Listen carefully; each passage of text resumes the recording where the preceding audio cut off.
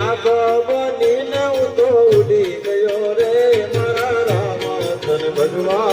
ભૂલી ગયો રે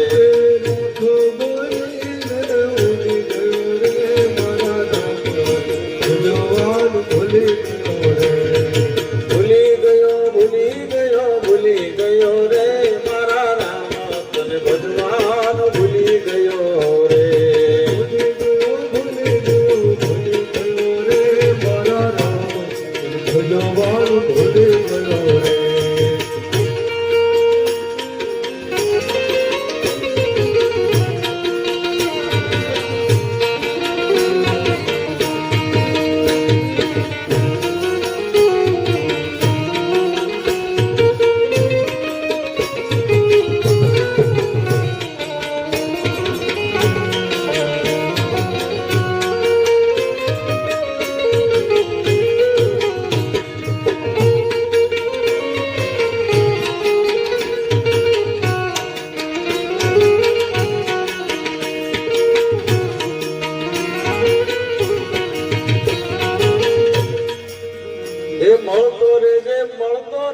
મળતો રેજે રે મારા કનૈયા તો કોક વાર મળતો રેજે રે મળતો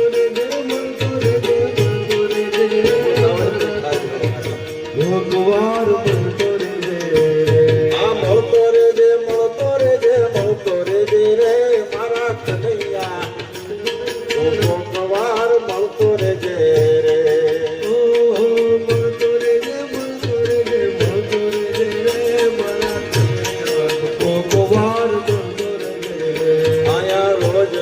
ચાલુ છે તારા સંભાળણા ચાલુ છે તારા ખુલા મુજા છે ને તો અંતર ના બારણા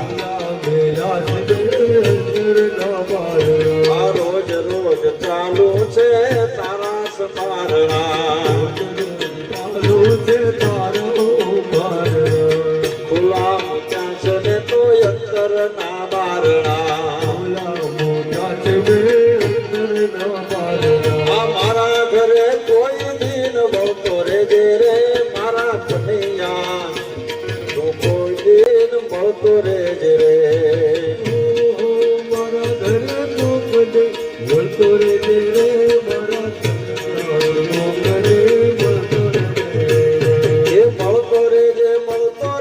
મળતો રેજે રે મારા કનૈયા તો કોક વાર મળતો રેજે રે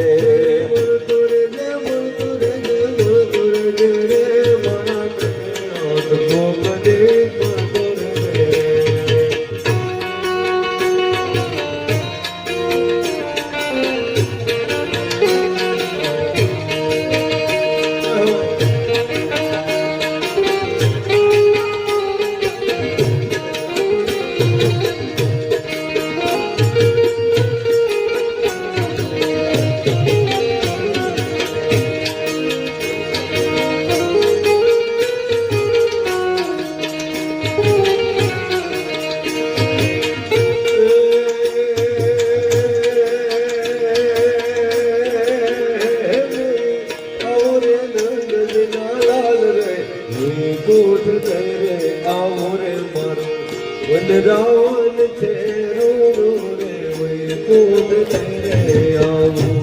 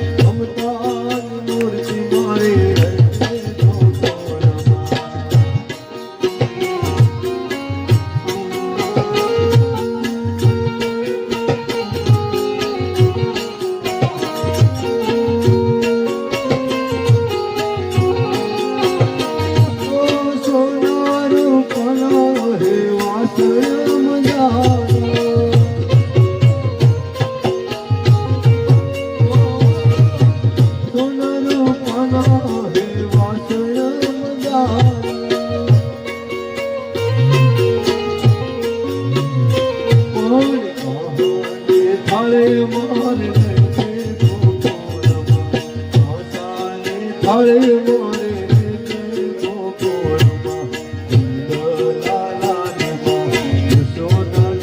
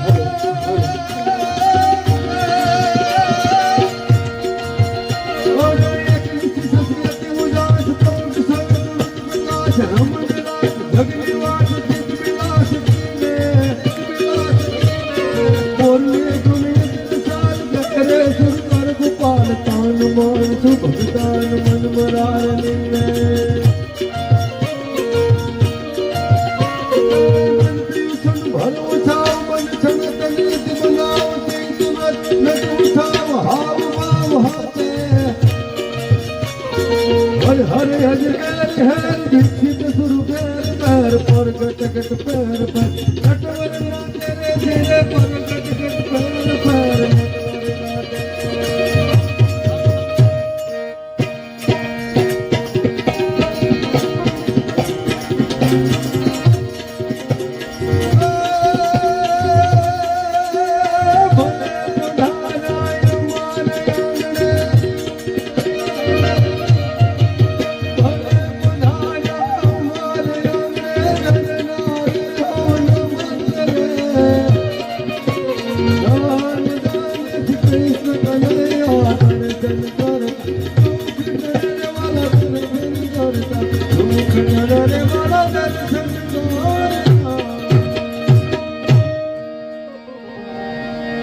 रामैया हनुमान जी महाराज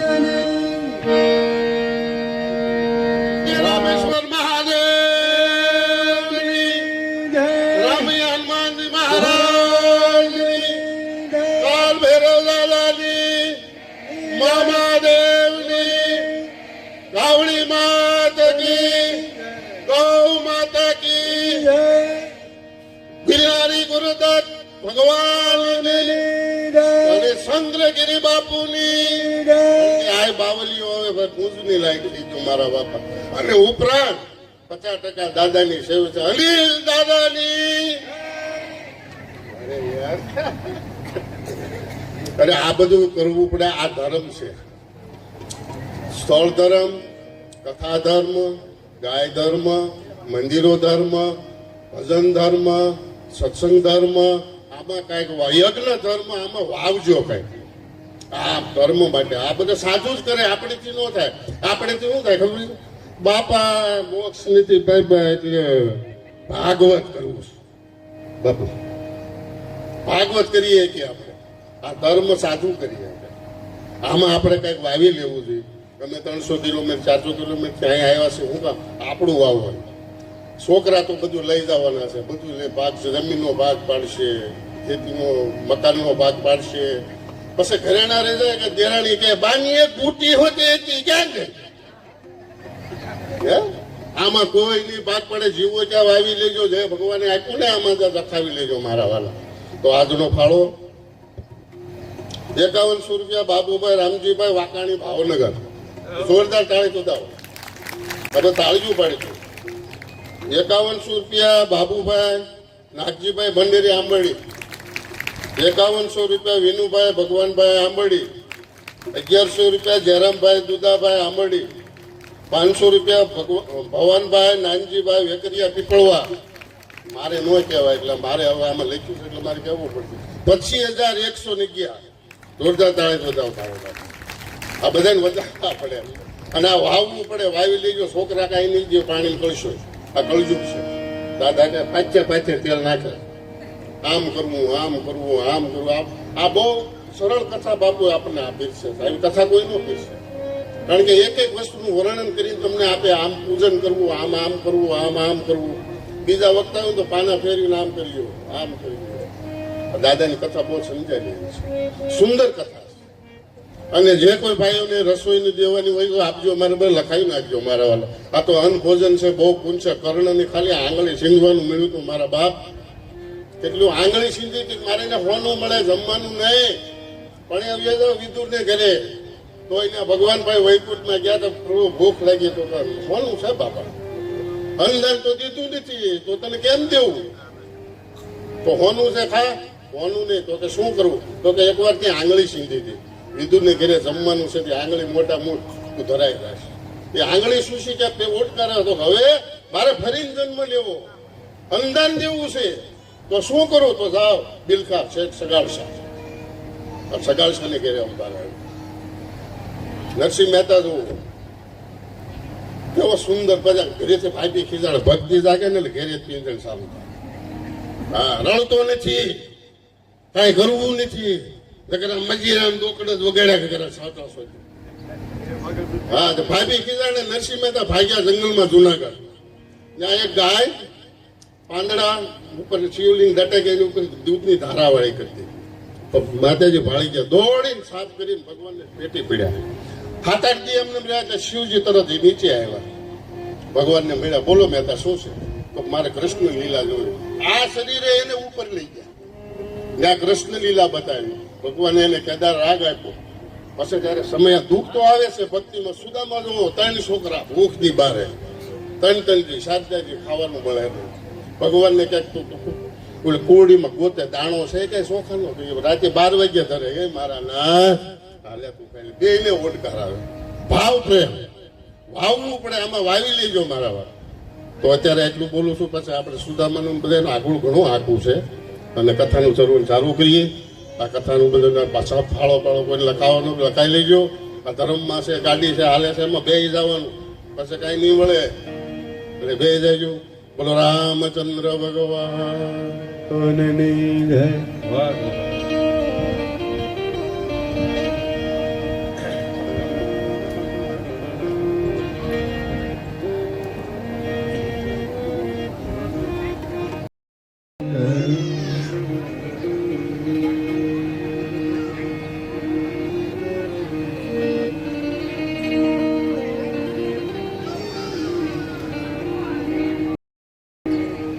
દેવાધિદેવ મહાદેવ જેના લિંગનું સ્થાપન કેવી રીતે કરવું, પ્રણવ અક્ષર મંત્રનો જપ કેવા પ્રકારથી કરવો, આ બધું સુતજી શૌનક વગેરે ઋષિમુનિઓને સંભળાવી રહ્યા છે. જ્યાં જ્યાં મહાદેવજીનું સાનિધ્ય હોય, જેનો કેટલો વિસ્તાર પુણ્યક્ષેત્ર ગણાય છે,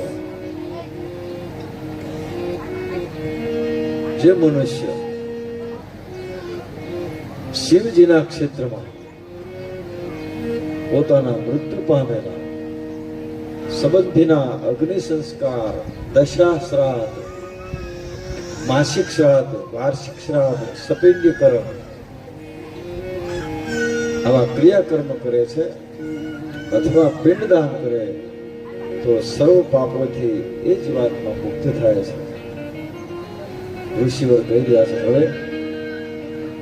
હવે અમને એ જણાવો કે પવિત્ર ક્ષેત્રો ક્યાં છે,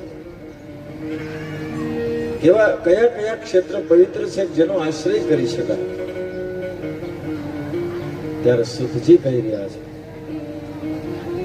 કે હવે હું તમને ક્ષેત્રો અને જેના ઉત્પત્તિ સ્થાનો કહું છું, એ તમે શ્રદ્ધાપૂર્વક સાંભળો. શૃણુધમ મુનયઃ પ્રજ્ઞા શિવ ક્ષેત્ર વિમુક્તિહર તદાગમાસ્તતો અક્ષે લોકરક્ષાર્થમેવ હિ. સુતજી કહી રહ્યા છે, હે ઋષિ મુનિઓ, હવે તમને મોક્ષદાયક શિવ ક્ષેત્રનો મહિમા સંભળાવું છે.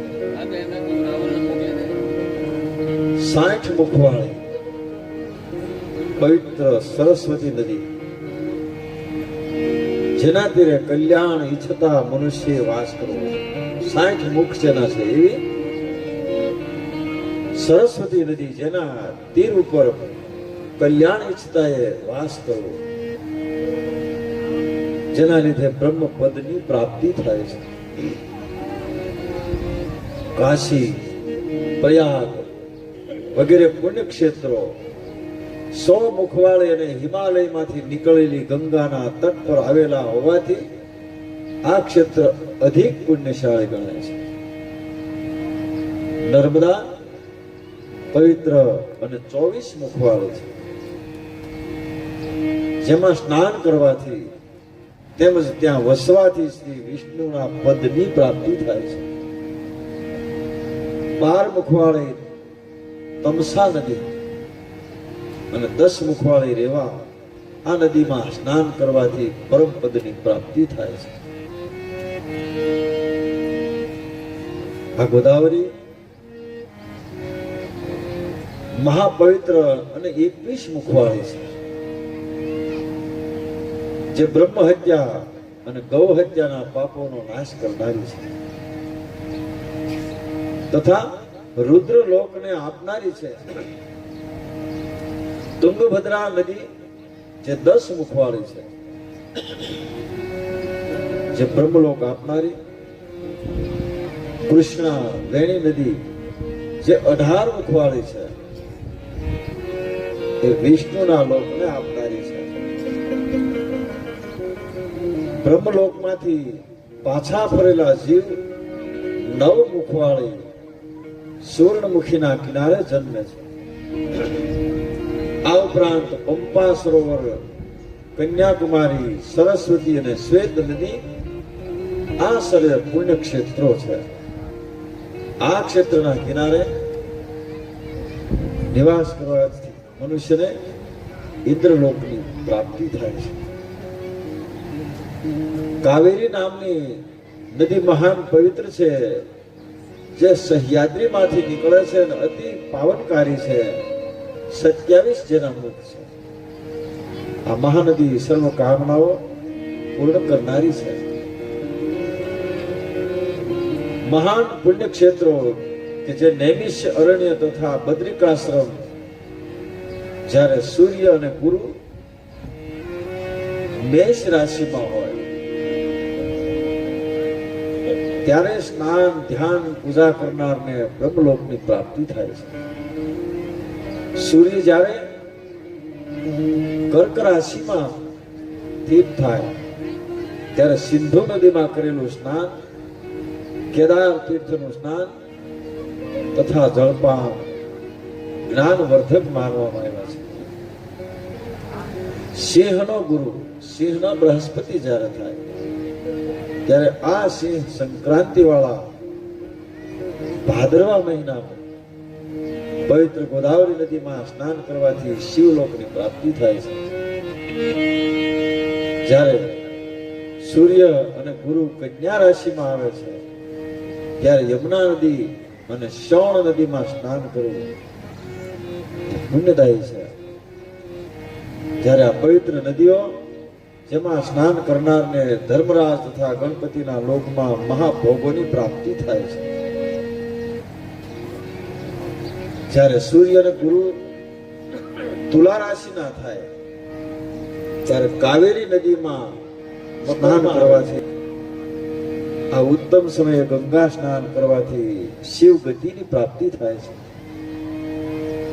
માધ્ય માસમાં કુંભનો જ્યારે સૂર્ય થાય ત્યારે ગંગામાં શ્રાદ્ધ, પિંડદાન તથા તર્પણ કર્યા હોય એ બંને વંશના પિતૃઓનો ઉદ્ધાર કરે છે. તામ્રપર્ણી અને વેદ્રવતી નદી આ બ્રહ્મલોક ના ફળરૂપ છે. આવા પવિત્ર સ્થાનમાં વાસ કરી સમજુ મનુષ્ય પોતાના યોગ્ય ફળ પ્રાપ્ત કરી શકે છે. કયા કયા તીર્થો છે જેનો મહિમા શું છે, આ સુતજી શૌનક વગેરેને સમજાવે છે. સદાચારમ શ્રવણાયો એન લોકાન જયેદ બુદ્ધ ધર્માધર્મમયાનમ બ્રહી સ્વર્ગના રદ્દકાસ્તથા. ઋષિવર કહી રહ્યા છે, હે સુતજી, સમજુ માણસે જેનાથી લોકોને જીતી શકે એ સદાચાર મેં તમને સંભળાવ્યો. સાથે સાથે ધર્મ તેમજ અધર્મ આચાર પણ સાંભળો. ધર્માચાર પણ અધર્માચાર આ પણ તમે સાંભળો. સુતજી કહે છે, જે વિદ્વાન બ્રાહ્મણ સદાચાર પાળે છે તે જ તેના ગુણોને લીધે બ્રાહ્મણ નામનો અધિકારી છે. આ બ્રાહ્મણમાં સદાચાર, વેદ અને વેદાચાર આ 3 ગુણ હોવા જોઈએ. બ્રાહ્મણમાં વેદ, વેદનો આચાર અને સદાચાર આવા 3 ગુણ હોવા જોઈએ. આમાંથી એક એક ગુણ ધરાવનારો દ્વિજ કહેવાય છે.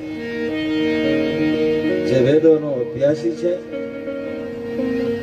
વેદોક્ત આચરનાર, આચાર પાળે છે, જેને વિપ્ર કહેવામાં આવે છે.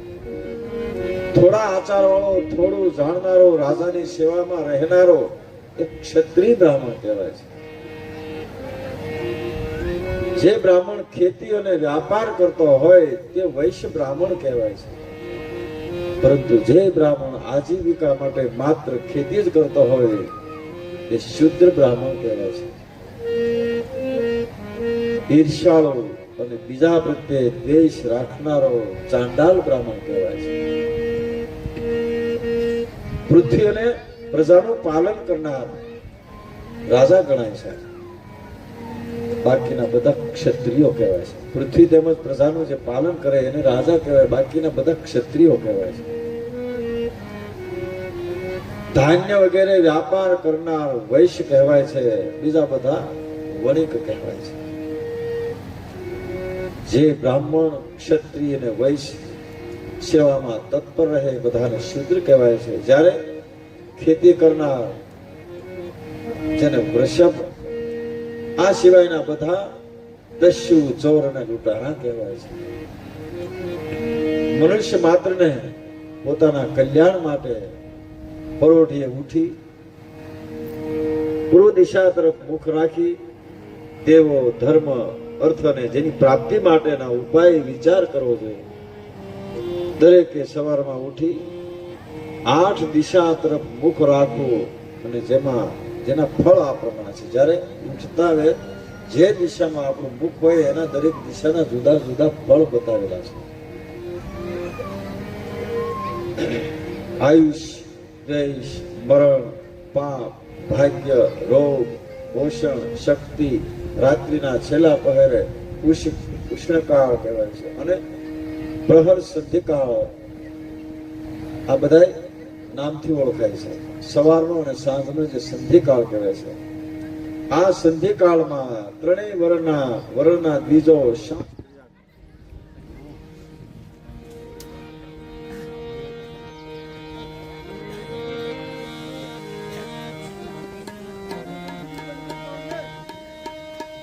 દ્વિજો જેને શૌચ ક્રિયા કરવી, શૌચ માટે સમજુ મનુષ્ય જળ, અગ્નિ, બ્રાહ્મણ અને મંદિર સામે બેસવું. સવારમાં શુદ્ધિ કરી પછી જળાશય દેવતાઓને નમસ્કાર કરી મંત્ર ભણતા ભણતા જળાશયમાં સ્નાન કરવું. જો શક્તિ ન હોય તો કંઠ સુધી, કેળ સુધી કે ઘૂંટણ સુધી પાણીમાં ઉભા રહી મંત્ર ભણતા પછી જ્યારે પાણી છાંટી મંત્ર સ્નાન કરવું. ત્યારબાદ પવિત્ર જળથી દેવ વગેરેને પૂજન કરવા. મંત્ર જપનું શાસ્ત્રમાં મંત્ર જપ સવારમાં આ બધું કર્યા પછી મંત્ર જપ, જેને શાસ્ત્રમાં ગાયત્રી તથા ઓમકારના જપનું રહસ્ય બતાવ્યું છે. આ મંત્રોના 1000 જપ કરવાથી બ્રહ્મલોક મળે છે અને 100 જપ કરનારને ઇન્દ્રલોકની પ્રાપ્તિ થાય છે. ગુરુ પાસેથી નિયમ લઈ આગળ જપ કરવાથી જેથી દોષોની શાંતિ થાય છે, અર્થની પ્રાપ્તિ થાય છે અને ભોગ વગેરે મળે છે. ધર્મના 2 પ્રકાર છે, દ્રવ્યથી થતો ધર્મ અને દેહથી થતો ધર્મ. ધનથી યશ, દાન આદિ કર્મો કરવામાં આવે છે. તીર્થસ્થાન, ગુરુ સેવા આ બધું દેહથી થાય છે. આ દેહથી થતો ધર્મ છે. ધર્મથી મનુષ્યને ધન પ્રાપ્તિ થાય છે, તપથી દિવ્ય રૂપની પ્રાપ્તિ થાય છે. જ્યારે મંત્ર જપ, જેનો મહિમા બતાવ્યો છે, સવારમાં જાગૃત થઈ શક્તિ પ્રમાણે પવિત્રીકરણ કરી જળમાં સ્નાન કરી અને ભગવાનના નામના મંત્રનો જપ કરવો છે. મંત્ર મહા મંગલકારી ઓમ નમઃ શિવાય, ઓમ નમઃ શિવાય, જય ગુરુ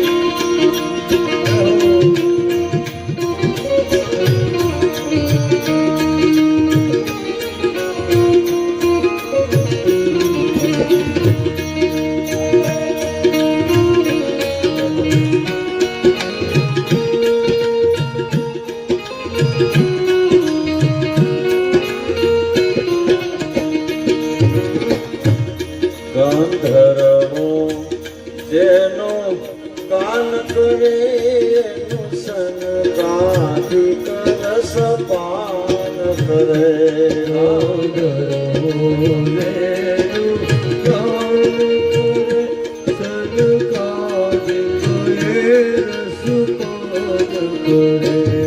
ગંધર્વો જેનો ગાન કરે સનકાદિક એનું રસ પાન કરે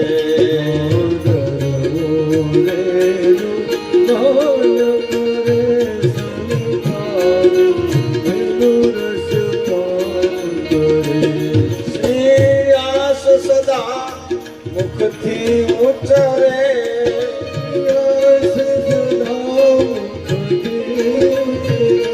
ઓમ નમઃ શિવાય ઓમ નમઃ શિવાય ઓમ નમઃ શિવાય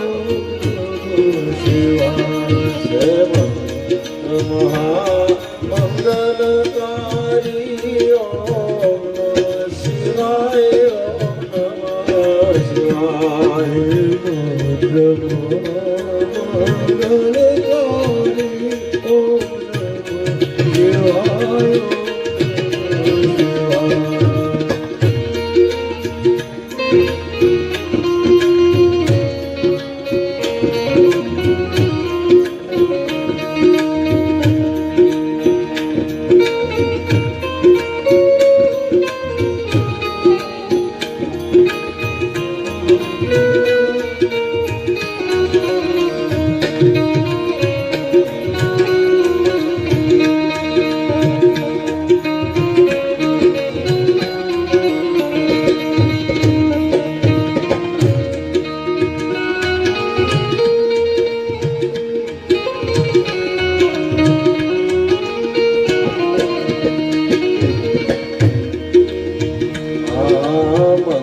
મંત્રથી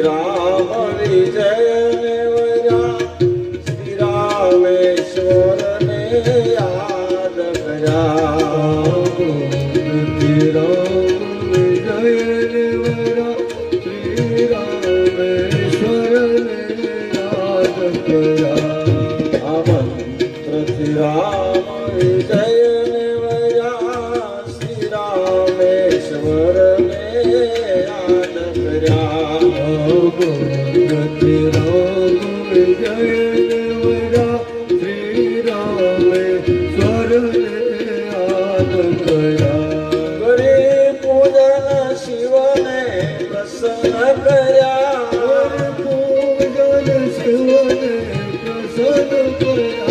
ઓમ નમઃ શિવાય ઓમ નમઃ શિવાય ઓમ નમઃ શિવાય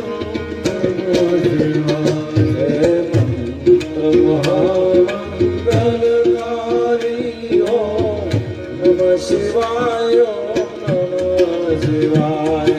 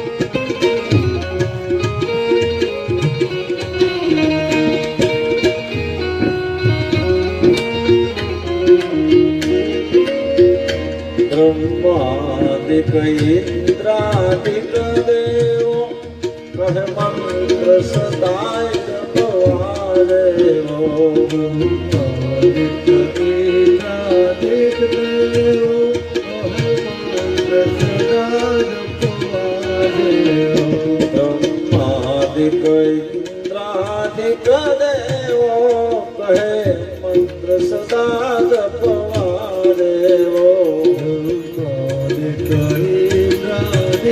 देवो कहे મંત્ર સદા જપવારે શ્રદ્ધા રાખી શિવને સેવો શ્રદ્ધા રાખી શિવને સેવો શ્રદ્ધા રાખી શિવને સેવો શ્રદ્ધા રાખી શિવને સેવો ઓમ નમઃ શિવાય ઓમ નમઃ શિવાય ઓમ નમઃ શિવાય ઓમ નમઃ શિવાય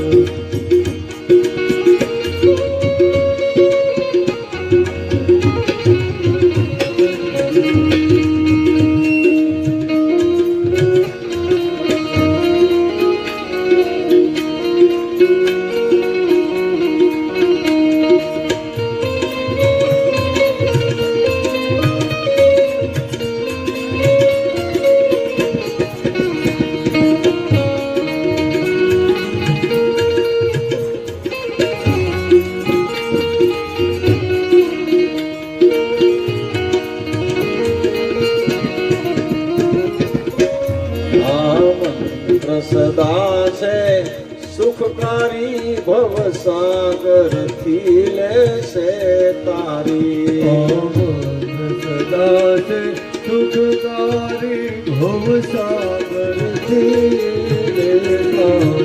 રામ મંત્ર સદા છે સુખકારી ભવ સાગર થી લેશે તારી સદા છે સુખકારી ભવ સાગર પ્રેમે બોલો સૌ સંસારી પ્રેમે બોલો સંસારી પ્રેમે બોલો સૌ સંસારી પ્રેમે બોલો સંસારી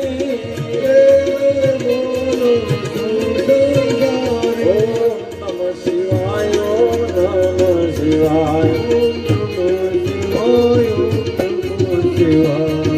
ઓમ નમઃ શિવાય ઓમ નમઃ શિવાય ઓમ નમઃ શિવાય હે મંત્ર મહામંગલકારી ઓમ નમઃ શિવાય ઓમ નમઃ શિવાય મહામંગલકારી ઓમ નમઃ શિવાય ઓમ નમઃ શિવાય ઓમ નમઃ શિવાય ઓમ નમઃ શિવાય ઓમ નમઃ શિવાય ઓમ નમઃ શિવાય નમઃ શિવાય ઓમ નમઃ શિવાય ભરાય છે પરંતુ આ કલિયુગનો તાપ હરવા માટે દ્રવ્ય સાધન જપ દાન વગેરે ધર્મ વખણાય છે આ કળિયુગમાં પાપ અને તાપને શમાવવા માટે દ્રવ્ય સાધન દ્રવ્ય એટલે દાન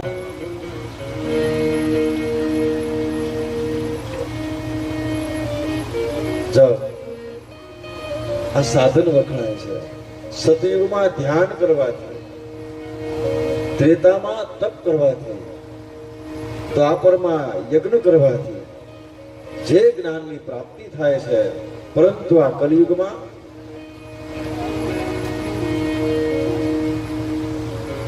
કેવળ પ્રતિમાનું પૂજન કરવાથી જ્ઞાનની પ્રાપ્તિ થાય છે જે મનુષ્ય પુણ્ય કે પાપ ને કર્મ પ્રમાણે ફળ ભોગવે છે સુપાત્ર મનુષ્ય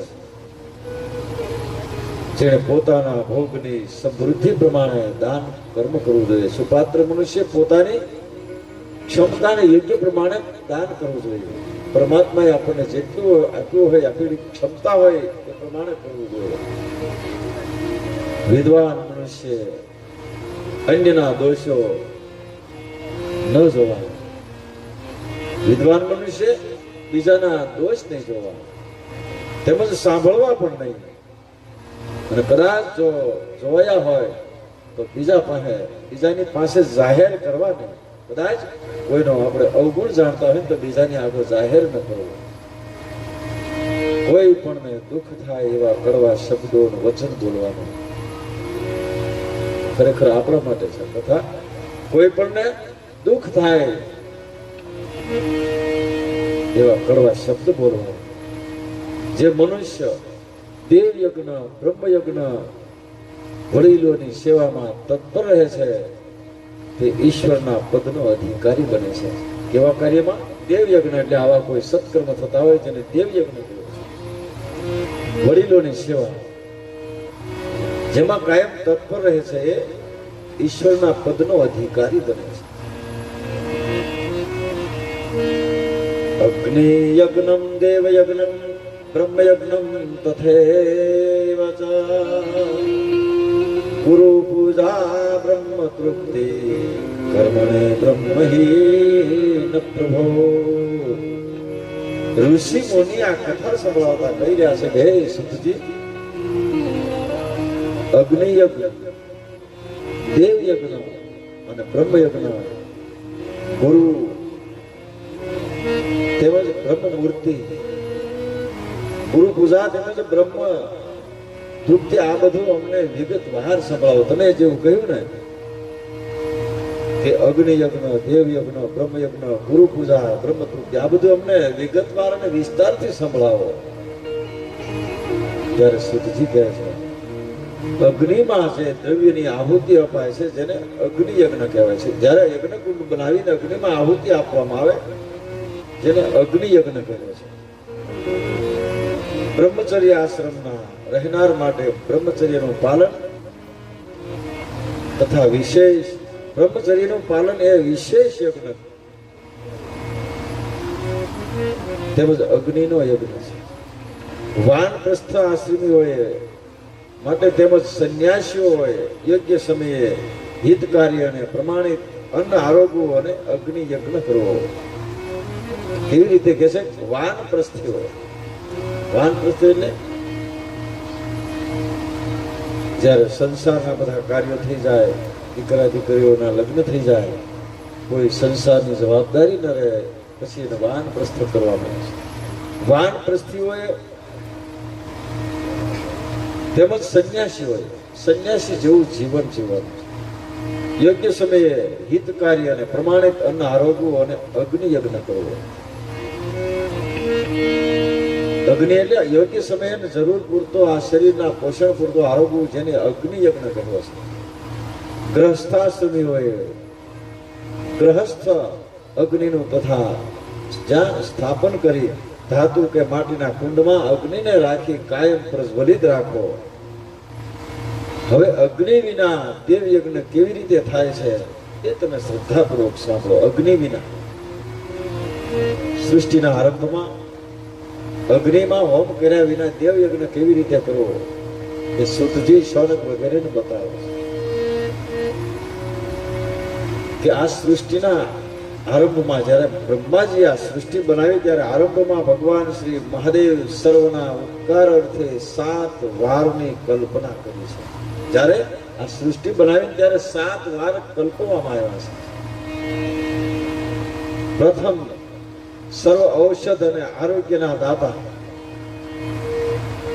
7 જે વાર છે દરેક વારના પ્રથમ વાર છે જે ઔષધ અને આરોગ્યના દાતા એટલે ભગવાન મહાદેવજી પોતાનો વાર આદિત્ય જેની કલ્પના કરી છે, જેના સ્વામી સૂર્ય છે, જેને આપણે રવિવાર કહીએ છીએ.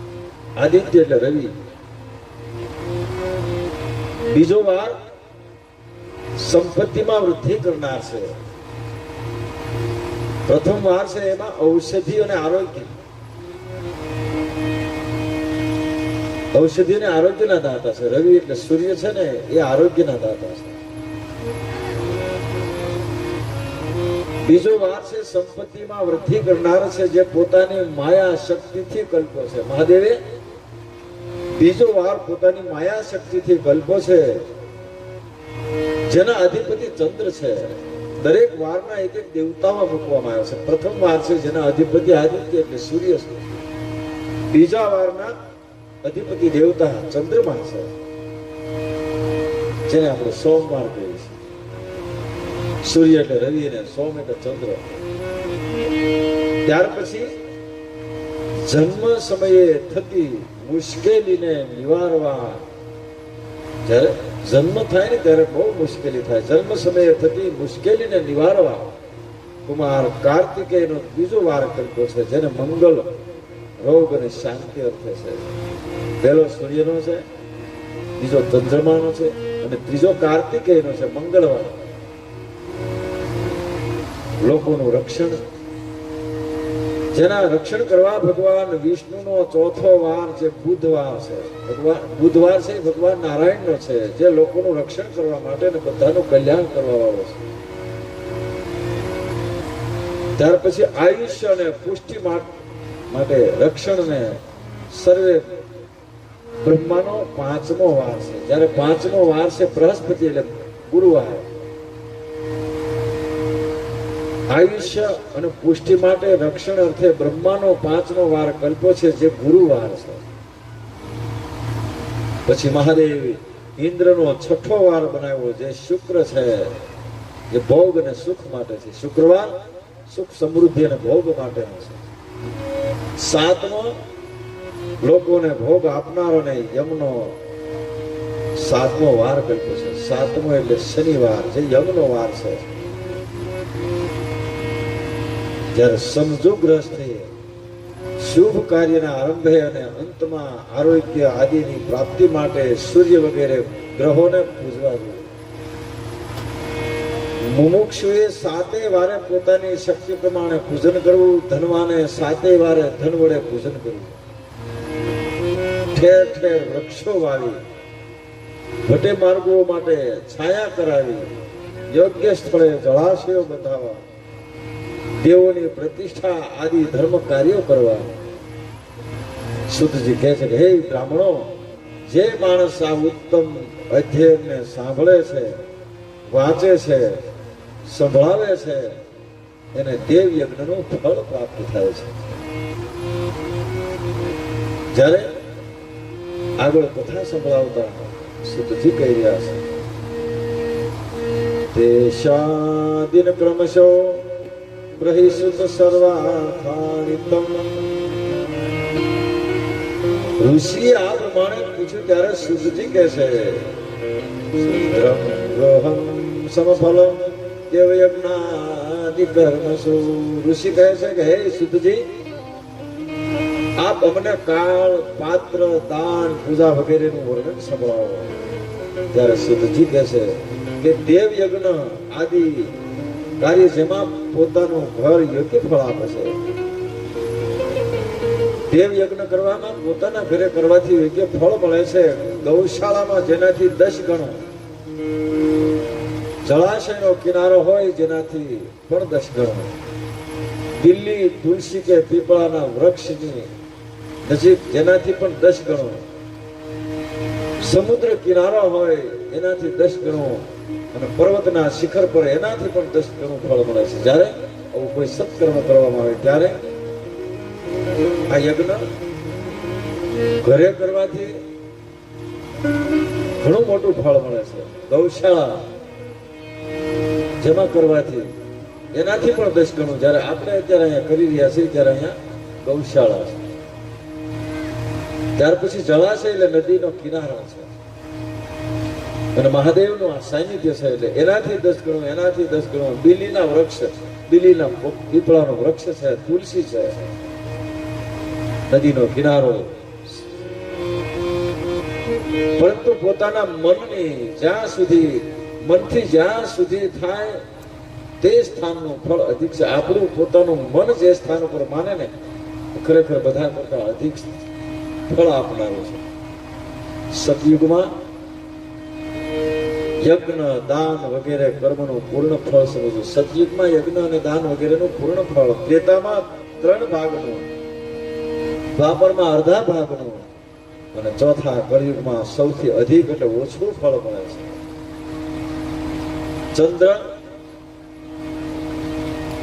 ચંદ્રગ્રહણના સમયે, સૂર્યગ્રહણના સમયે અને જપ દાન કરવા એ પુણ્યદાતા પૂજ્યા છે. એટલે આપણા વડવાઓ જ્યારે ચંદ્રગ્રહણ થતું હોય, સૂર્યગ્રહણ થતું હોય ત્યારે જલપાન પણ કરતા નહીં, અને માત્ર ને માત્ર એક સ્થાન પર દેશી ભગવાનના નામનો જપ કરવા. તપનિષ્ઠ, યોગનિષ્ઠ, જ્ઞાનનિષ્ઠ યતિઓ પાપના નાશ માટે પૂજવા યોગ્ય છે.